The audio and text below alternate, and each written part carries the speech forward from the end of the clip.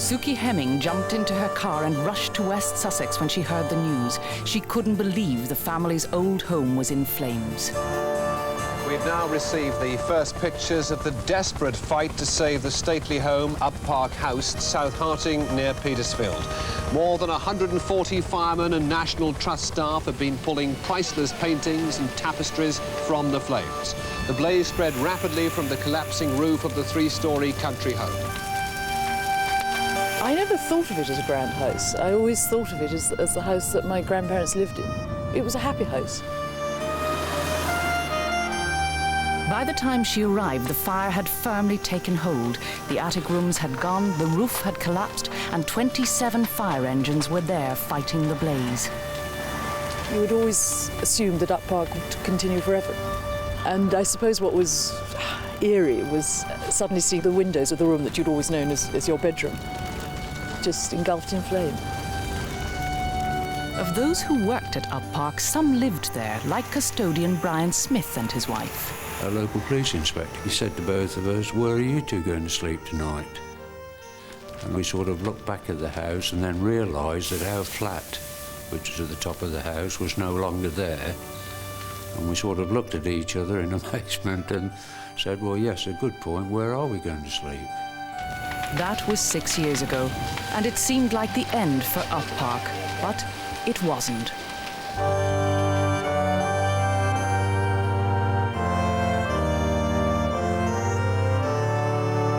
This film tells the story of how England's finest example of an 18th century house was brought to life again. The fire had started when two workmen, using an oxyacetylene lamp on the roof gutterings, had ignited wood shavings in the eaves. Their smouldering had spread throughout the roof before anyone had noticed. We spent most of that evening in tears. We were trying to tell people over the phone, and your voice just goes, and you feel an awful fool. But it meant so much to us. You got awfully possessive about it. You thought it was your house, rather I don't know what the word is, proprietorial. Oh, yes. Yeah. Like many National Trust properties, the original family still lived here. Harriet Cossart in the main house, her two sisters in other parts of the estate. It was like a very long, very bad dream that you felt you must get out of. Any minute, any minute now you must wake up, and it wasn't happening at all. I kept thinking it can't be Uppark burning down as we watched it. So many memories, so much of history was going up in flames that night. Uppark, a house of great and constantly recurring romance. Of the scurrilous Lord Tankerville, arch-political opportunist who built it in the late 17th century. And Sir Matthew Featherstone Haugh and his beautiful wife Sarah, who, with their acquisitions from the Grand Tour, exquisitely furnished it. And the ravishing Emma Hart, later to become Lady Hamilton, who they say danced naked on the dining room table.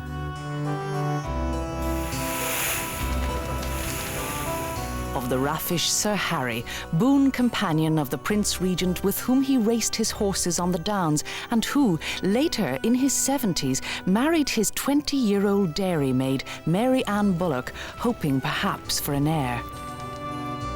Of the boy below stairs, son of the housekeeper who later wrote with surprising sympathy of Uppark, his name H.G. Wells, famous writer, reformer and socialist. And then the house itself, that for over 200 years entered into an embalming sleep until, quite suddenly, on a bright sunny day in August 1989, the spell was broken.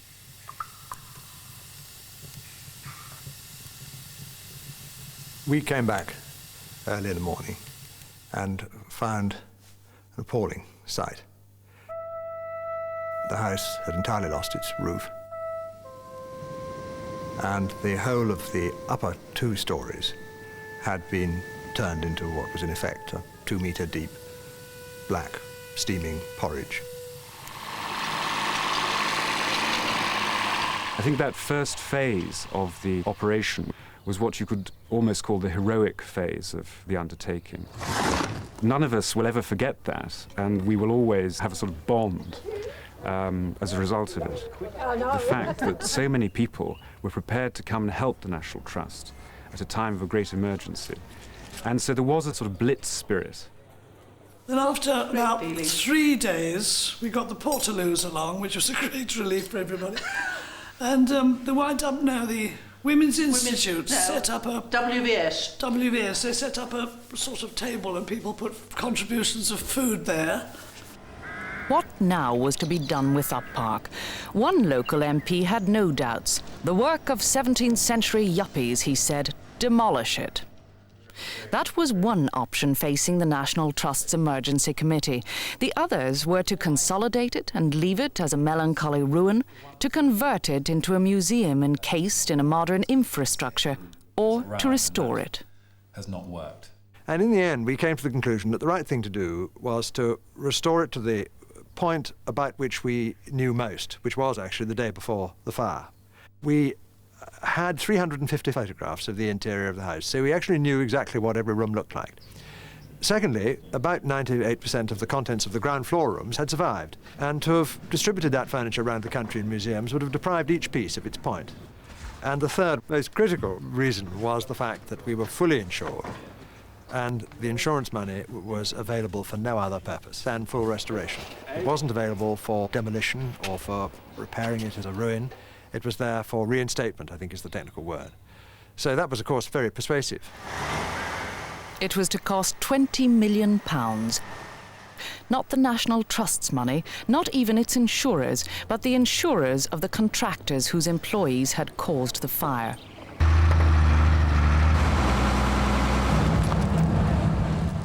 Work to consolidate the building started immediately. A lot of people said that we in this country do not have the ability to actually carry out this type of conservation, and we really searched everywhere over the country to try and find the right people to do the job. We had the restorers, right, that tend to be the arty type of people in the business, and then you had the rough old bricklayer or the carpenters. It was to be the biggest, most ambitious restoration project ever undertaken by the National Trust. Lost skills would be relearned, new skills developed, craftsmen with years of carefully honed experience, others fresh from college and polytechnic. The other situations, we had a lot of women on site.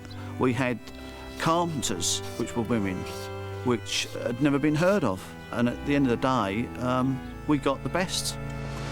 The first job was to sort and rescue every possible scrap that might be useful in the restoration. This is where this sort of quasi-archaeological dig came in, because what happened was that we gridded up each room and we took out into bread trays marked with the grid reference the most obviously interesting fragments. And then we shoveled into dustbins marked with the same grid references the residue. Eventually, 3,860 dustbins sat on the lawn waiting for sorting. Then disaster struck, just 5 months into the contract. Uppark, high and exposed on the Sussex Downs, was to be ravaged by the full force of the gales that swept southern England in January 1990. Tragically, 2 workmen were to lose their lives. We wondered whether a signal had been sent. Were we to go on with this? Shocked but undaunted, the team got back to work. Over the next 5 years, they completed one of the most extraordinary restoration jobs ever undertaken, piecing together what remained and recreating what was missing, until the house and its contents were back in place as though the fire had never happened. Peter Pearce was the man with overall responsibility for managing the project for the National Trust. For me, one of the chief glories of this project was the achievement of the plasterwork team. When we set out on this area of the project, we didn't even know whether what we wanted to achieve could be done, which was the recreation of these ceilings in the traditional manner, using original fragments. The skills involved had died out over 150 years ago. Not only did the young team working here relearn those skills, but they managed to match the work of the original craftsmen in every possible way. And when one remembers that this ceiling, like all the others in the house, was open to the sky, it really is an extraordinary achievement. I come from a fine art background, so when you come to Uppark and you're asked to restore this very specific 18th century ceiling, you are very much tied to the fragments and the photographs. You have to mimic the original modeller's work and to not let your own creative urges take over. Before Uppark, Caspar Taylor's experience was working in stone, not stucco. Now he's one of the country's dozen or so specialists in this medium. The first stage was to lay out the plasterwork, the surviving fragments. And to do that, we made a plan on polythene drawn from the photographs in the archive of the house, and started what was really a gigantic jigsaw with only half the pieces or less surviving, simply to see what we had, what was possibly capable of reuse. Is 1075 RX. Okay. After we'd relocated a lot of the fragments, so we could tell which fragment comes from one corner of the room and which fragment from another corner of the room, you can pick out one of the original modelers as opposed to the other, and you could almost give them names, sort of Bill worked in this corner and Sid was in the opposite corner. As far as possible, we would try and reintroduce that. To get a more effective integration between old and new plaster, they analysed the original and remade it, a mix not used for 200 years. It's not as strong as modern gypsum plasters. And to strengthen it, traditionally what you used was hair mixed into the backing coat, and we used here English goat's hair to give it that extra strength. The final coat and all the fine carving was done in pure lime putty, which is quicklime, slaked with water, and then matured for up to 12 years. It was very much part of the philosophy of Uppark to reuse original mixes. But that aside, I don't think you would find a contemporary material that would give you the same surface quality and the same speed of set as the mix that was used originally. Once you apply it to the ceiling, you're finding that the mix is drying out very rapidly. So the hardest thing for us to learn to do was to get the speed. This was where experienced plasterers like Eugene McClinton knew a thing or two. Well, I come from a family of plasterers, 5 generations actually, and I have done a lot of this work before. It's the old traditional way of plastering, and it has stood the test of time. The old blended with the new, now to be concealed beneath the elegant finishes.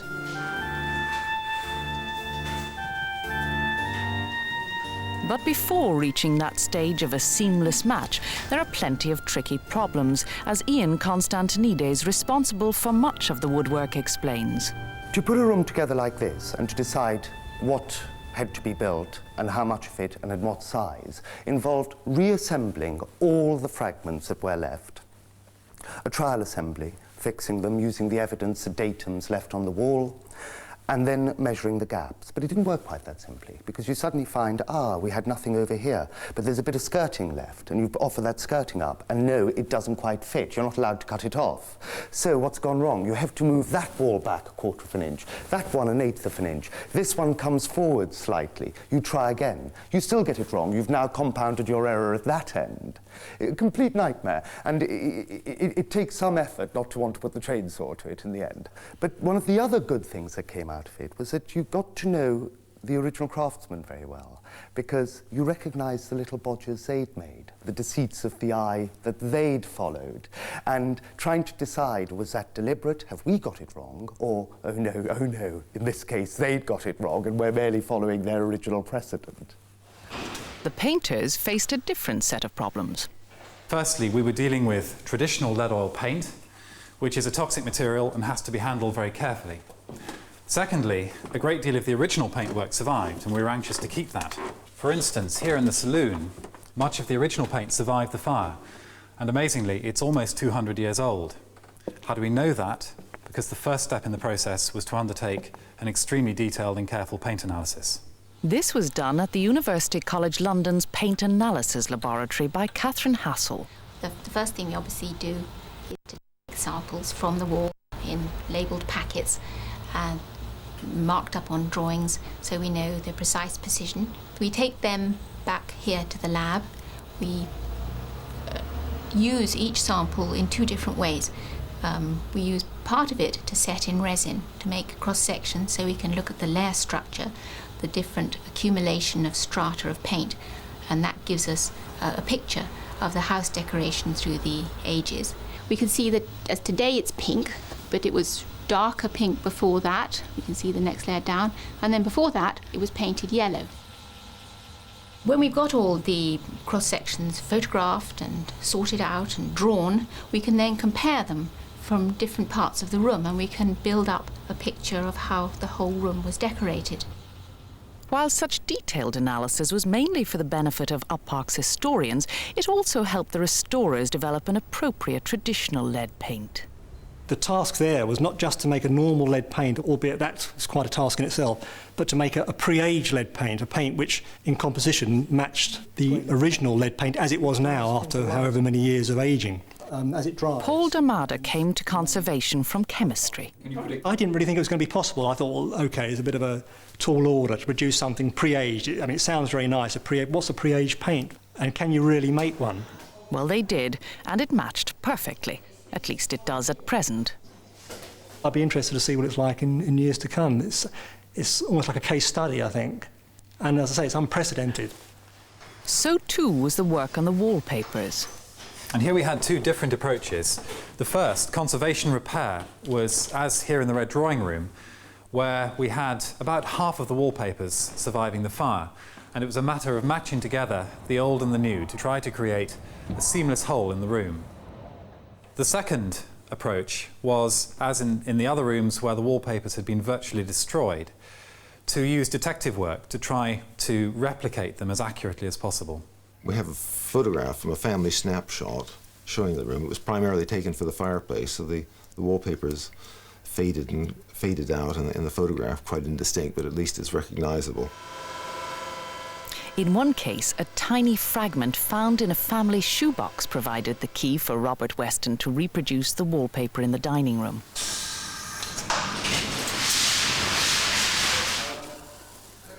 But if replicating totally destroyed wallpapers required clever detective work, making a new wallpaper to integrate with the old required the most formidable skills. Well, from the first time I saw the wallpaper, laid out, crumbled up, burnt, singed, in tiny fragments, in large fragments, covered in plaster and dirt, I thought, ah. But actually, you know, the adrenaline started going then, and you thought, yes, of course we can do this. Let's get going. Alison Mcdermott came down from her own conservation workshop in Durham. Well, the first thing we had to do was get it back to the studios in its many hundreds of fragments, and then look at them all, assess them, decide how many of them could be preserved. Her most challenging job was the red drawing room, where the original wallpaper had become a mass of variegated colours. The colour of the wallpaper was, well, it sort of varied from a very, very deep crimson, which was only discovered behind the paintings and the mirror frames, and a very pale, washed-out golden colour. Over the years, that crimson, which is an organic red, had been badly affected by light. Using the information we'd gleaned, we were able to work out a pretty accurate reproduction, using traditional techniques and materials as far as was possible.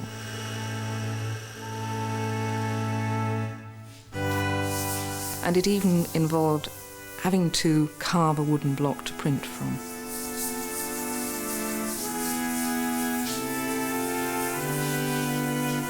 The press is an adaptation of a French design.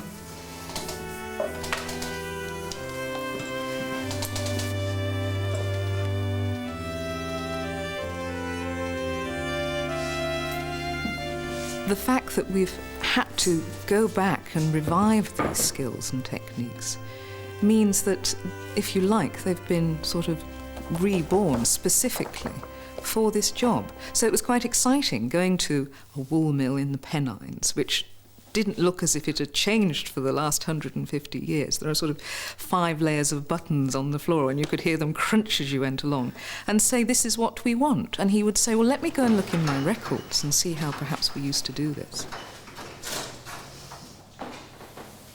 We had a vague idea where each of these fragments went, but it was only when we actually had the pattern on the wall that we were able to match it accurately. So we then held up the original pieces, worked out where they went, and then cut away where we'd marked out, leaving a sort of small shallow in the reproduction paper. And then we applied the original into that little well and smoothed it down. And what's so amazing is that it fit. And then there were the repairs to the contents of the house, the paintings and furniture, the curtains and carpets, the tapestries and fabrics. The restoration of the state bed, for instance, used by the Prince Regent, took 2 women 1.5 years, over 3,000 hours to complete. Not all the carpets survived, but some of the best did, like this one from the Red Drawing Room. It had to be cleaned very gently to get rid of all the corrosive soot from the fire, and then, where bits were missing, have special infills made. To get these new infills to mesh with the old, they had to be aged and distressed, which meant cutting the pile down, then pressing with a steam iron to set the pile in further, and finally, shaving with a razor to get that elusive, seamless match.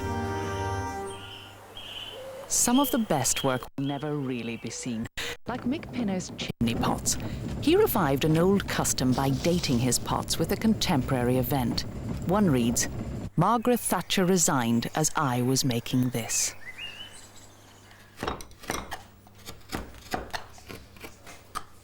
Nowhere in Uppark's restoration was more skillful work displayed than amongst the wood carvers. And the longer the cut. For woodcarver Christine Palmer, Uppark offered the opportunity to work in her favourite period style. I hope that I could do justice to the original carving, to give it that same strength and vigour that the original carving had.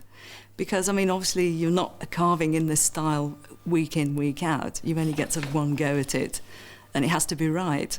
Her primary task was the magnificent Rococo mirrors in the Red Drawing Room, one of which had been burnt like overcooked pork crackling. The surface was so crumbly and friable that they just couldn't be handled, so we had to consolidate the surface.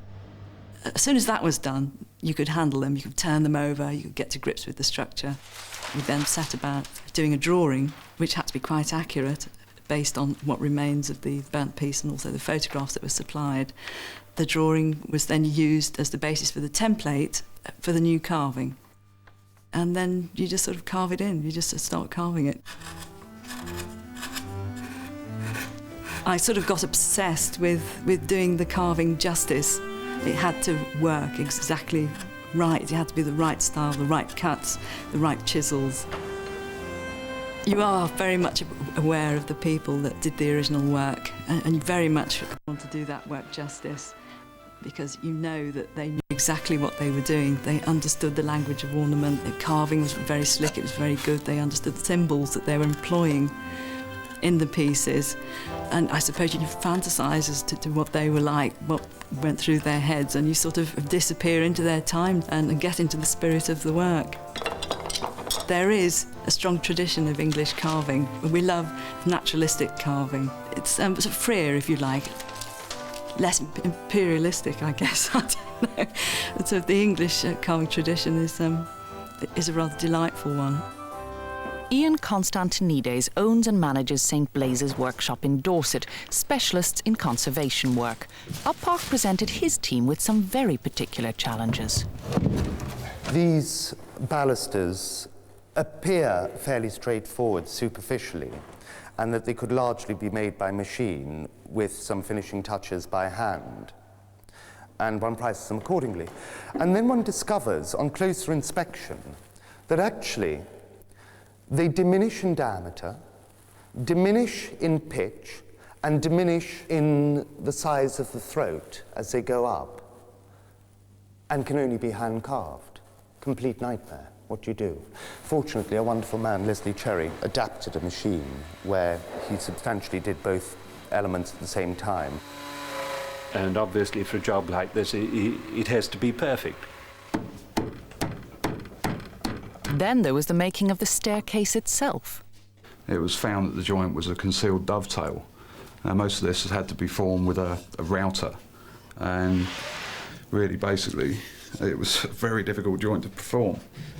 It's quite satisfying to see it all go together. I mean, there's nobody these days would ever have a chance to do this sort of work. One of the lovely things about working at Uppark and on pieces like this is this quality of carving, which is as good as anything produced anywhere at that time. It is of the best. And the whole concept of the carving is quite interesting because there was this very real fear at the beginning of the contract that there wasn't either the skill or the number of carvers available to do this job in this country. And one of the things that did come out of it very strongly was a whole new generation of carvers started who were trained on site. That's what Uppark has done. It's brought all those skills together. I suppose in some ways like a war, you know, makes people develop new technologies so much faster than they would do in peacetime. This is what we've had to do here.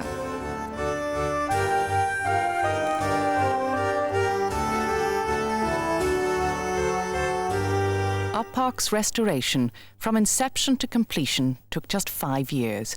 On June the 1st, 1995, it reopened to the public.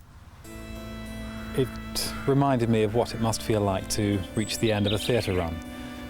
We'd had this community of people, and gradually they'd gone and the site was clear. And all the things that had gone on that site, all the hours of meetings we had, all the relationships which formed and all the work that was done, it all seemed somehow just to have suddenly been swept away. It was all gone.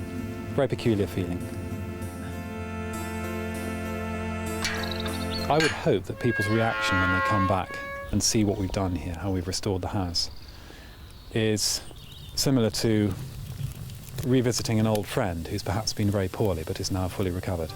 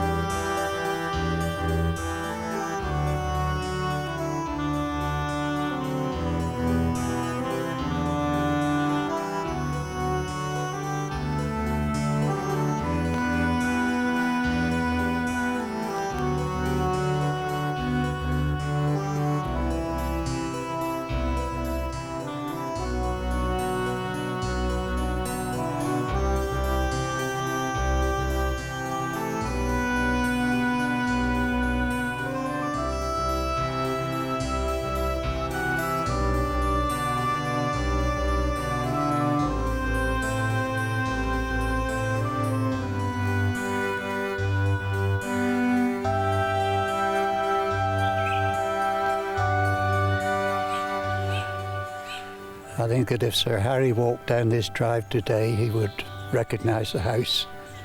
It is Uppark, as we knew it, and as future generations will know it.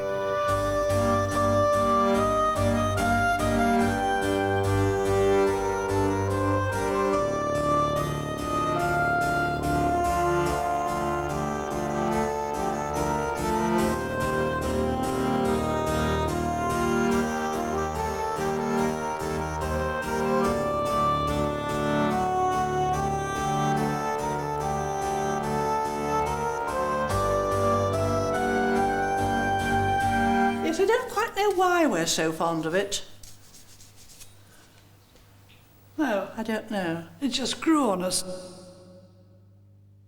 For further information on Uppark and its restoration, send a large stamped addressed envelope to Uppark, P.O. Box 7, London W5 2GQ.